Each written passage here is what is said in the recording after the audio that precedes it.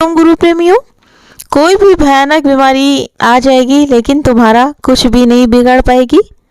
जैसे कि प्यारे संतों, ये बात 1920 के दशक की है, जब सत्संग हुआ करता था, बहुत थोड़ी संगत हुआ करती थी और सतगुरु के चरणों में बैठकर संगत बहुत आसानी से गुरु से सवाल किया करती थी और प्रश्न गुरु के सामने रखे जाते थे और उन प्रश्नों का जवाब गुरु बहुत ही सरलता से देते थे।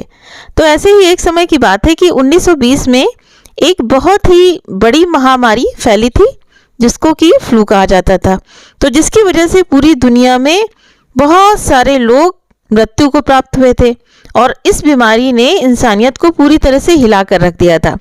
फिर उसके बाद एक बीमारी आई 1820 में, जिस वजह से भी बहुत सारे लोग मृत्यु को प्राप्त हुए। तो संत और सारे ये बातें सुनकर गुरु के मुंह से चौंक गए कि, और फिर एक संत ने ये पूछा गुरु से कि गुरु जी बताइए कि हर बीमारी 100 साल के बाद क्यों आती है। जैसे कि अभी आप देख रहे हैं कि कितनी ज़्यादा ये कोरोना जो आया है ये 100 साल के बाद आया है और कितना हिला करके सबको रख दिया है। ठीक है, तो इससे संतों देखिए, आपको डरने की ज़रूरत नहीं है, सिर्फ अपने अंदर के डर को निकालना है। तो गुरु समझाते हैं कि इसके पीछे की वजह अभी तक क्या हुआ कि जो वैज्ञानिक लोग हैं उनको भी नहीं ये चीज़ समझ पाई, यानी कि विज्ञान भी अभी पीछे है।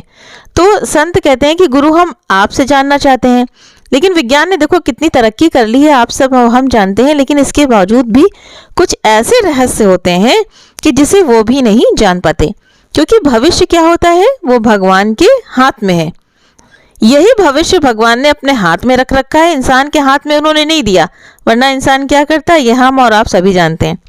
तो भविष्य परमात्मा की क्या है, मुट्ठी में बंधा हुआ है और वो ऐसा सिक्का है जो केवल पूर्ण संत, उन्होंने क्या किया है कि या तो फिर पूर्ण संत जैसे सतगुरु महापुरुषों को ही मालूम हो या फिर परमात्मा खुद जान सकता है। ठीक है, तो अब इंसान कितनी भी कोशिश कर ले, लेकिन कुछ रहस्य ऐसे हैं जो आप नहीं जान सकते। केवल कौन जान सकता है, परमात्मा जान सकते हैं, परमात्मा के हाथ में है, या फिर संत सतगुरु महापुरुष सब जानते हैं, उन्हें ये सब पता होता है।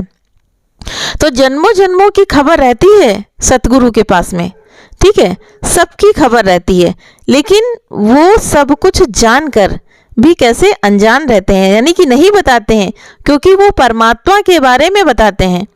तो संत सभी संगत जो बैठी थी गुरु के साथ में बैठी थी, तो उनमें से एक संत ने फिर प्रश्न किया कि सतगुरु जी, ये महामारी जो फैली हुई है इसकी वजह से बहुत सारे इंसानों की जान चली गई है, दुनिया भर के लोग बहुत प्रभावित हुए हैं और त्राही त्राही भी मच रही है, तो इसका क्या कोई हल हो सकता है? तो इसकी कोई दवाई क्या नहीं बनाई जा सकती है? तो ये सब मालिक के इशारे पर होता है। तो तब गुरु ने देखो क्या जवाब दिया कि जो भी संसार में होता है वो सब भगवान की हुक्म से होता है। हम क्या कहेंगे कि देखो लॉकडाउन हो गया, चुनाव आने वाला है, इलेक्शन होने वाला है, तो ऐसा हो गया वैसा हो गया, कुछ नहीं, कोई कुछ नहीं करता है। देखो गुरु क्या समझा रहे हैं कि संसार में जो भी होता है वो सब भगवान की हुक्म से होता है। जैसे गुरु नानक जी ने फरमाया है कि हुक्म है अंदर सबको बाहर हुक्म न कोई। ठीक है, हुक्म के अंदर सभी कोई है, बाहर नहीं है, उन्होंने फरमाया है।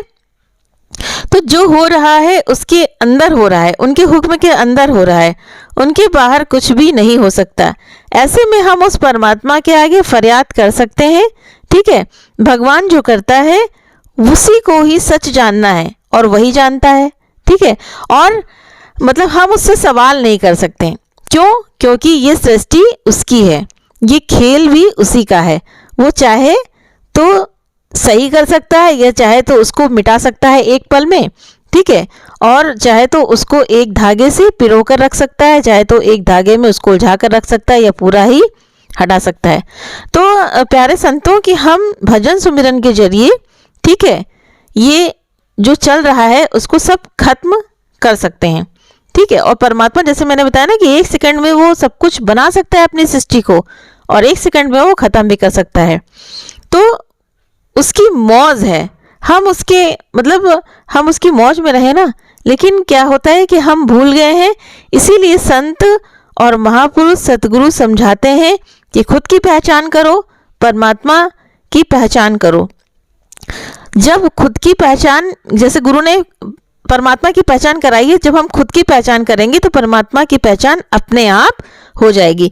इसीलिए गुरु परमात्मा के भजन बंदगी पर बहुत ज़्यादा जोर देते हैं, ताकि क्या हो कि हमें अपनी असलियत का, यानी कि जो हमारी वास्तविकता है उसके बारे में पता चल सके और हम उस परमात्मा से मिल सकें। जो उसी रूप का हो गया है, उसमें समा गया है, वही पूर्ण रूप से परमात्मा को समझ सकता है, वरना ऐसा कोई नहीं समझ सकता। इसीलिए जोर दिया जाता है कि सत्संग में पल पल बताया जाता है कि परमात्मा की भक्ति करो, उसके सिवा कुछ भी नहीं है। हम सब क्या है कि ऐसे वैसे सवाल पूछते रहते हैं गुरु से, लेकिन अपनी मुक्ति का सवाल पूछते हैं? नहीं पूछते हैं ना। तो फिर क्या हुआ कि संसार में देखो, गुरु ने बताया कि संसार में चाहे कुछ भी हो जाए, कितनी भी तबाही हो जाए, कुछ भी हो जाए, जैसे ये प्रलय आती है, जैसे ज्वालामुखी फटता है, कहीं पे देखिए सुनामी आता है, तो ये सब क्या होता है? भगवान की मर्जी से होता है ना। तो ये सृष्टि में देखो, जैसे कि हम लोग कहते हैं ना कि पाप हो रहा, सही बात है। ये धरती को बैलेंस बनाए रखने के लिए परमात्मा ये सब करता है। प्रकृति अपना बदला लेती है। तुम अगर करते जा रहे हो, पाप करते जा रहे हो, तो उसका भुगताना किसे भुगतना पड़ेगा? खुद तुम्ही को, क्योंकि कर्म है ना। तो कर्म जो जैसा करोगे वैसा ही तो तुम्हें फल मिलेगा। तो इसके हिसाब से देखो, जैसे धरती पर बोझ बढ़ जाता है, बहुत सारे पाप होने लगते हैं, कुकर्म होने लगते हैं, तो सृष्टि क्या है कि तबाही के रूप में आती है। और देखो, जो कीली से लगा होता है तो वही बचता है, और जो इधर उधर रहता है तो वो पिस जाता है।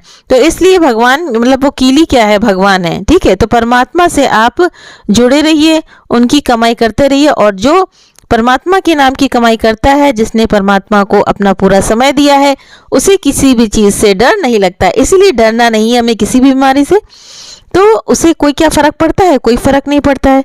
तो संसार में क्या हो रहा है, क्या नहीं हो रहा है, क्योंकि वो सब कुछ जानता है, उसे समझ में आ जाती है। परमात्मा को समझ में आ जाता है, और किसको समझ में आता है? संत महापुरुषों को भी समझ में आ जाता है, और उसको भी समझ में आता है जिस पर भगवान की कृपा होती है, जिस पर भगवान का नूर पड़ता है। संत को कोई भी चिंता क्या रहती है? नहीं रहती है, क्योंकि उसे पता है कि मैं शरीर नहीं हूँ, मैं क्या हूँ? मैं आत्मा हूँ, ठीक है। वो समझ जाता है।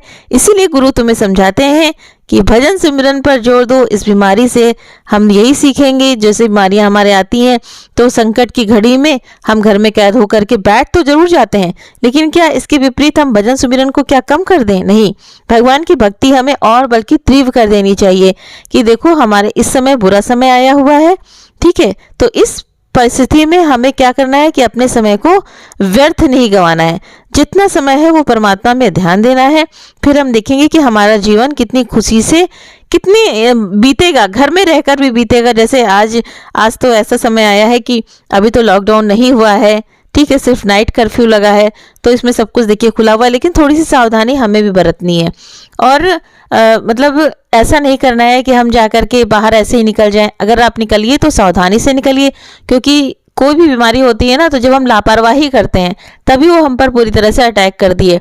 तो जब आप डरेंगे नहीं अंदर से, आप पूरा ख्याल रखेंगे अपने का, अपने वालों का, तो आप परेशान नहीं होंगे। तो देखिए, ये सृष्टि का नियम है जो कि चलता चला आ रहा है शुरू से ही, 1920 के दशक से ही चलता आ रहा है।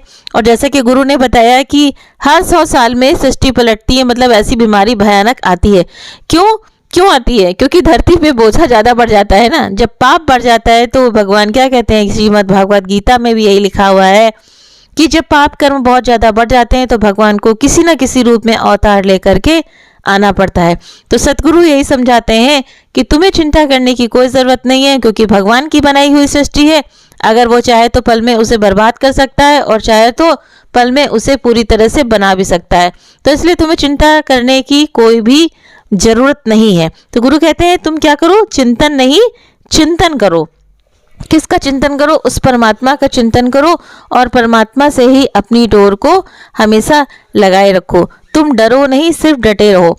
और क्या कोरोना जैसी बीमारी तुम्हें हिला पाएगी? नहीं। तो देखिए, जो गुरु से, जो परमात्मा से जुड़ा हुआ था, क्या उसे कुछ हो पाया? उसे तो एक दिन का भी कुछ नहीं छू पाया। उसका देखो घर भी पूरी तरह से देखो कैसे गुरु के जो संत हैं कैसे, देखिए आप घर घर में सत्संग चल रहा है, आपको क्या सत्संग की कमी है? नहीं ना, ऑनलाइन गुरु ने सत्संग करवा दिया है। आज तो हाईटेक के कितना ज़माना है, इंटरनेट का ज़माना है, आपको जो है सत्संग मिल रहा है, भजन मिल रहा है नेट के थ्रू। तो कहाँ से भगवान आपको, मतलब आप जैसे बहुत लोग कहते हो ना कि रोते हो कि सत्संग नहीं मिल रहा है, तो क्यों नहीं मिल रहा है? मिल तो रहा है। जो गुरु सामने बैठ करके बोलते थे, अब उनकी आवाज़ तो सुनने को मिल रही है ना, तो आप सुनो। और गुरु भी यही भी समझाते हैं कि तुम देह में क्यों फंसते हो? तुम सोचते हो कि हम गुरु को सामने देखें तब हमारे अंदर सारा जाएगा, ऐसा कुछ नहीं है। तो गुरु की देह में भी नहीं फंसना है, ठीक है। तुम कहते हो दर्शन, तो गुरु कहते हैं कि दर्शन भी किस चीज़ का करोगे? इस शरीर का करोगे। अगर करना है तो उस परमात्मा यानी कि आत्मा का करो जो तू खुद स्वयं है। तो ठीक है प्रेमियों, आप डरिए नहीं, डटे रहिए, और ये सब जो भयानक समय आया है वो भी हटेगा। फिलहाल संतों के साथ में कुछ नहीं होगा। अगर आप पूर्ण रूप से, पूरी तरह से परमात्मा के भजन सुमिरन में बैठे हैं तो आपको डरने की कोई ज़रूरत